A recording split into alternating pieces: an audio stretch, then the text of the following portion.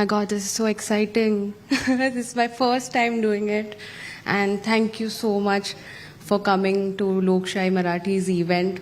And it's a new launch of our English channel. So I'm honored that my first guest is Siddhesh Kadam. Thank you. Thank you for having me. Don't be nervous. It's okay. Let's keep it casual. Yeah, that's the way to go. I want to know a little bit about the other side. That is how I have named my show. So my show is called The Other Side. And the reason for naming it was just to know that people have two sides in them. I want to know what side that you don't show to the world. And by starting it, I want to know about your childhood. How was your childhood? Straight to the point. Okay. As a childhood, you know that we belong to a political family. And I'm grateful that though my parents, they didn't get the opportunity to educate themselves. But I'm happy and grateful to my parents that they made sure all of us, I have an older sister and I have a younger brother. All of us are well educated, well traveled, and they were born and brought up in slums. My parents were born and brought up in slums. But they made sure that they gave us an upbringing wherein we could see the world. And that is why probably I'm sitting on the dais and sharing the dais with you and speaking to everybody here. So as a childhood, yes, we were privileged. And but from there on, we made sure that it is our journey to make sure whatever legacy me and my brother are carrying, we have to give it back to the society as well. So whatever we learned through the childhood, I think that's what we are carrying forward to my father and to my mother. I've heard stories about your father. He was a very fearless man. And he went above and beyond to help his constituency people. Growing up in a family and seeing your father, what are the qualities that you have inherited from them and which you use in your life right now? To be very honest, it's very difficult to inherit qualities of my father. Because whoever's known my father, and whenever they see my father and they see me and my brother, they probably feel a contrast that how are you the sons of Ramdas Kadam? How is that contrast happen? But as I said, that they made sure that whatever they've seen in their lifetime, we upgrade ourselves to that so that we give back to the society. But giving that, what we've learned from our father is being available for people for 24/7.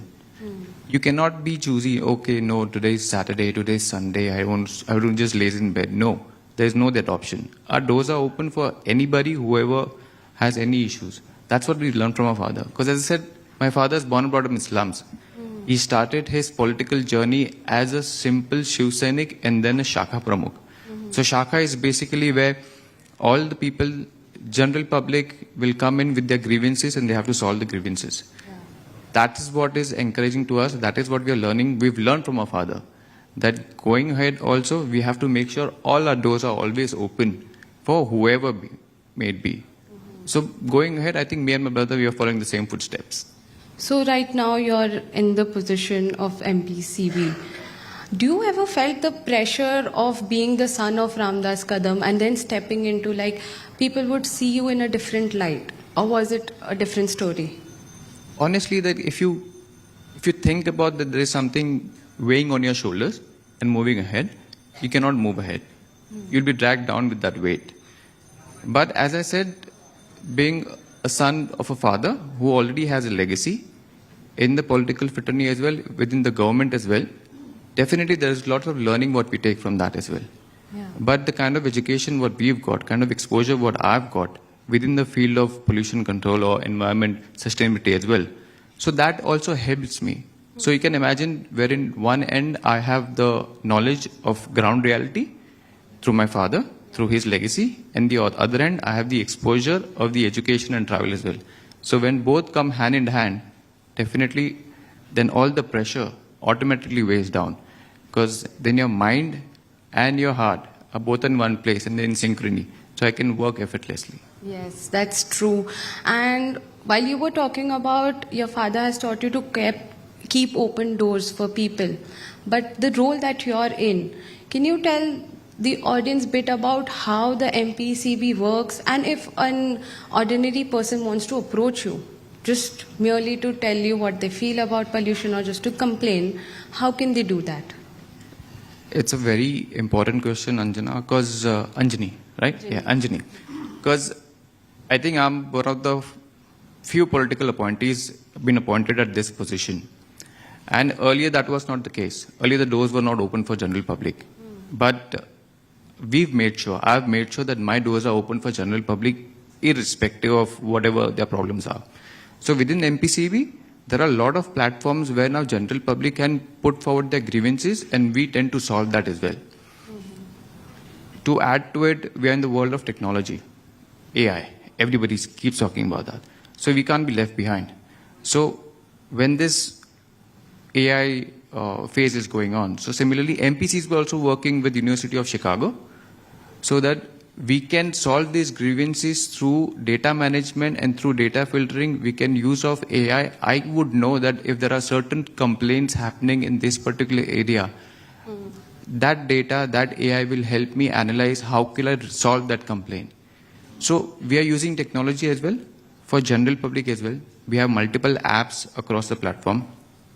I'm active on Twitter as well. Sorry, X, but not as active as my friend over here, Priyanka ji, as well. There are a lot of learnings what we need to take from her. But yes, we are getting there. And yeah, our doors are open. And as I'm speaking on this platform, we speak on multiple platforms.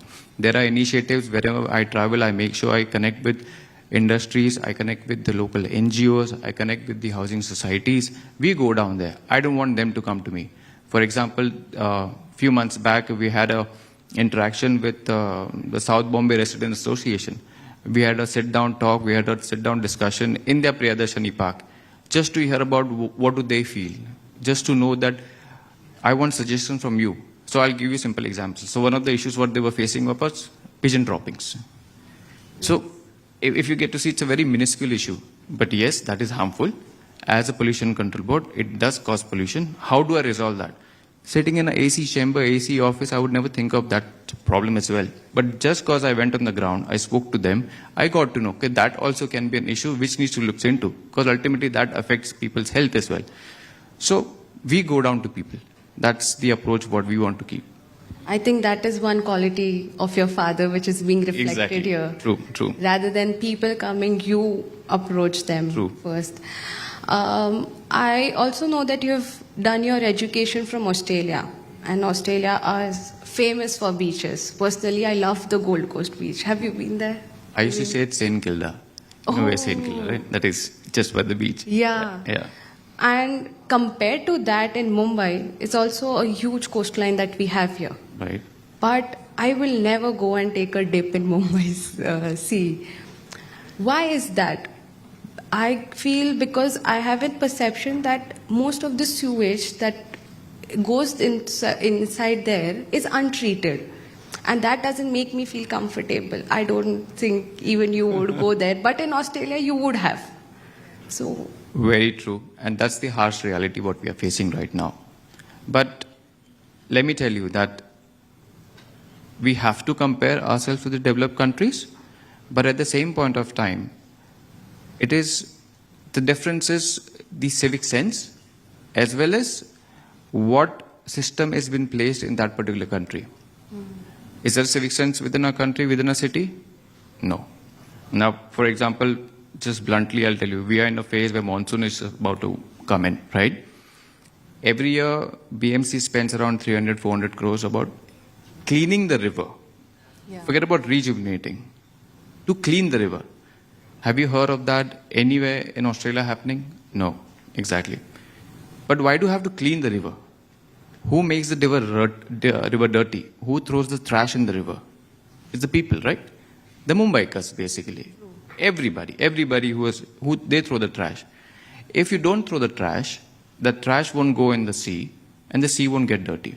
The another question was about this sewage, untreated sewage. Now, I won't go to the political side to it. The floods were in 2006, if I'm not wrong. Since 2006 till 2026, there were 7 sewage treatment plants which were planned in year 2006 after the massive 2006 floods. Okay. It's been 20 years. We're still not able to build those STP plants. They're under construction right now.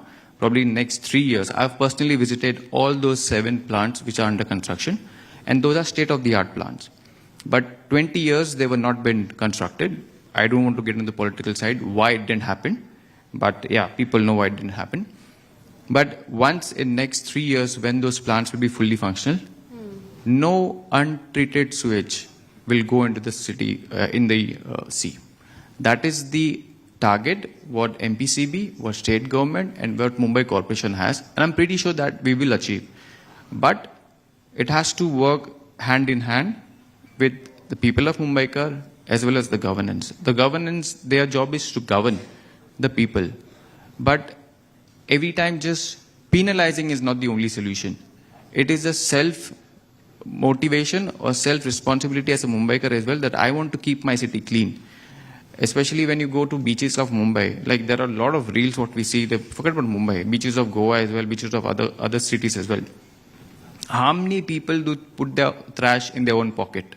Now if you say that there are no bins, if you put up bins, next to the bins are gone. So that is civic sense. So unless people realize that it is my city, it is my state, it is my country, that sense doesn't come in us, it's very difficult to see that change. That you see in other countries. You've also traveled across, I've also traveled abroad. We see that sense of ourness, sense of myness, this is my city, my place, my town, I want to keep it clean.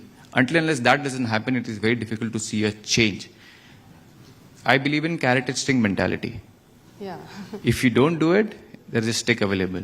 If you do it, we'll incentivize. I mean, it's true that we have to take some personal responsibility. True. And then only we can question why is it not there.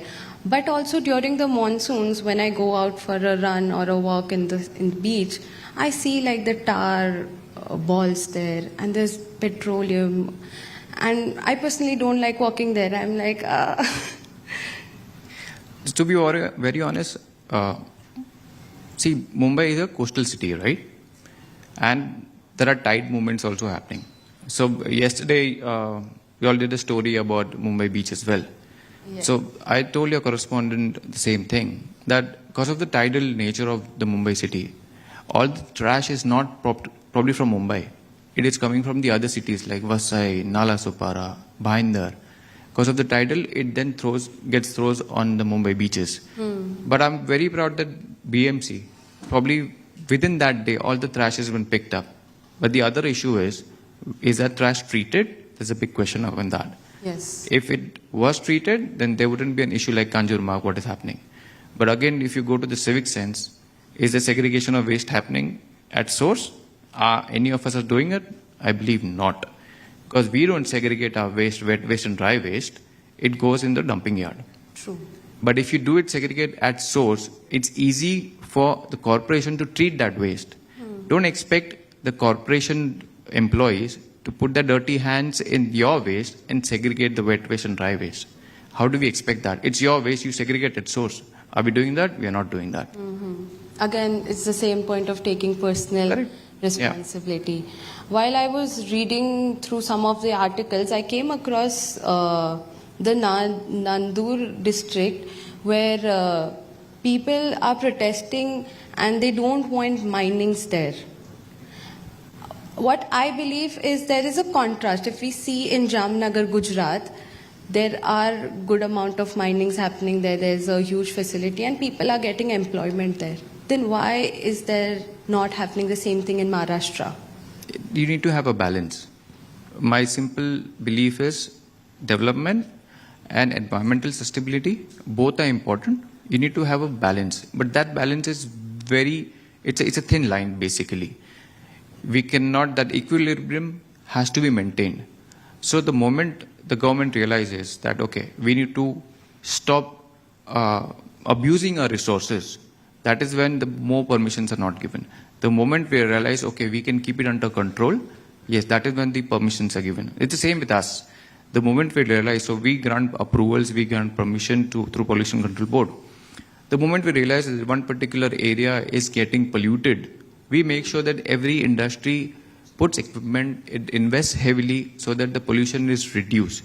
Is the pollution going to go 100%? It's a blunt no. It is not. Are you going to stop driving your cars? No. Are you going to start walking? Are you going to start using bicycles? No. So exactly, so pollution is not going to eradicate 100%. Can we control it? Yes.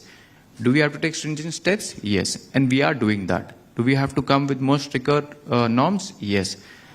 I'm happy and proud to say, across the country, MPCB is the only board wherein, so there are like around 140,000 industries in the state, which is the highest number in the entire country. Wow. And we monitor all those industries. We have to make sure none of those industries are polluting. If they're polluting, they're penalized, they're shut down. And day by day, these norms are getting stringent because they have to come with more robust technology wherein we can control the emissions as well. To add, even a pollution control board, we are heavily investing in monitoring mechanism as well, using AI, be it water, be it air, be it soil as well. So we are investing in that. So as I said, pollution control board and the industries both have to work hand in hand. To sum everything up, right now, what would your be a message to the Gen Zs? Interesting. When I just walked in, there was a panel speaking, and that panel, one of the panelists spoke about we are millennials, and the Gen Z is basically focusing more on social media, making reels. But I believe what we've seen in country of Nepal, the Gen Zs have power. Yeah. The moment they realize what is the priority, as millennials, I believe the baby boomers, the generation before us, they didn't have the priority to think about environment because they had other priorities, to be very honest, like road infrastructure, etc. But as Gen Zs, they need to take forward, they need to decide what is the priority. Environment is the priority? Definitely yes. Growing economically is a priority? Definitely yes. Will that happen on social media? There are two sides to it. Yes, you can make the best out of it, and obviously you can make the worst out of it. I'm not against social media, but I'm also pro that you have to get on the ground and realize what is the ground reality. Yes. Just seeing on the phone is not the ground reality. You have to put your foot down, get on the ground and see. So my only message to Gen Z would be, yes, social media is a medium for you to get information. Verify that information by your own self, get on the ground and make sure that it is the right information. Not just because someone's tweeted it, not because someone's made a reel out of it. True, true. So I want to conclude this whole thing by asking you a little personal question. Your dad was also a minister, your brother is also a minister, and you yourself is in politics. In the dinner table, what do you guys discuss about? Is it always Maharashtra, or is there any personal questions also? Honestly, we don't have dinner together. What? Everybody has their own life, to be very honest. Like, probably we have lunches. Dinner, because my brother, he's MLA from a rural area, Dapoli. I work in Mumbai. My father travels across the state. So there are hardly times we all are staying under one roof. There are times, but we make sure during festival times, we make sure there are lunches and dinners compulsory, no matter what. Nobody is traveling. The entire family, my kids, my brother's kids, my sister's kids, everybody will sit down and have lunch and dinner together. Do we discuss politics? Absolute no. Amazing. Yeah. We don't discuss politics. Yes, but we discuss about what's happening in Maharashtra, in India, across the globe, but no politics. So when it's family time, it's family time. It's family time. Yeah. With that, I want to show you a picture and I want to tell you what emotion do you feel after seeing that. Okay. Can we get the first picture on screen? Oh, wow. You've done your research. Oh, that's me in the middle. Which one are you? The middle one. I'm the middle one. That's my older sister, Yogita. That's my younger brother, Yogesh, who's the minister right now. That's my dad, yeah. My dad and your father go long back, by the way. Yes, I know. Yeah. So, yeah, that's me in the middle. But I look innocent, but I'm not. Probably I was the most notorious one. My brother is the most docile. He was the most decent guy. Even right now, he's the same. Yeah. We used to... But you both are like contrast from your father. The stories that I have heard from my dad, yeah. I'm like no way closer to him. Yeah, but everybody thinks we are twins, so we are not twins. I'm the older one, he's the younger one. And my sister, she looks tall here, but now she is the shortest. Would you like to recreate this sometime? Yes, we do. Yeah, I would love to do, actually. Okay, I have another picture. Can we have the second one? Okay. But that's my daughter. Yes. My daughter did beach. So she's done with me, like, we've done 4 beach cleanup drives together. Yeah, and she's very enthusiastic about it. She goes and tells to her school friends as well, what did she do? And now her school friends are like, again? They're like, yeah, again. So she's very, I'm very surprised that at this age, she's like 6 years old now. At this age, she tells me, Dada, you can recycle this, you cannot recycle this. Wow. I didn't even know the word of recycling when I was 6. Probably half of us didn't know. But she knows that, because that is what I've been taught in her school. Learning from the young age. Learning from the young age, yeah. That's cool. I don't know what generation is that. Alpha, Gen, Beta? She's 20, she's COVID baby actually. I'm not good with that. Gen Beta? Beta? Alpha or Beta? So yeah. Beta, yeah, she's Beta. But yeah, thank you so much. Thank you. For being a part of this. Thank you for having me. Thank you. Thank you.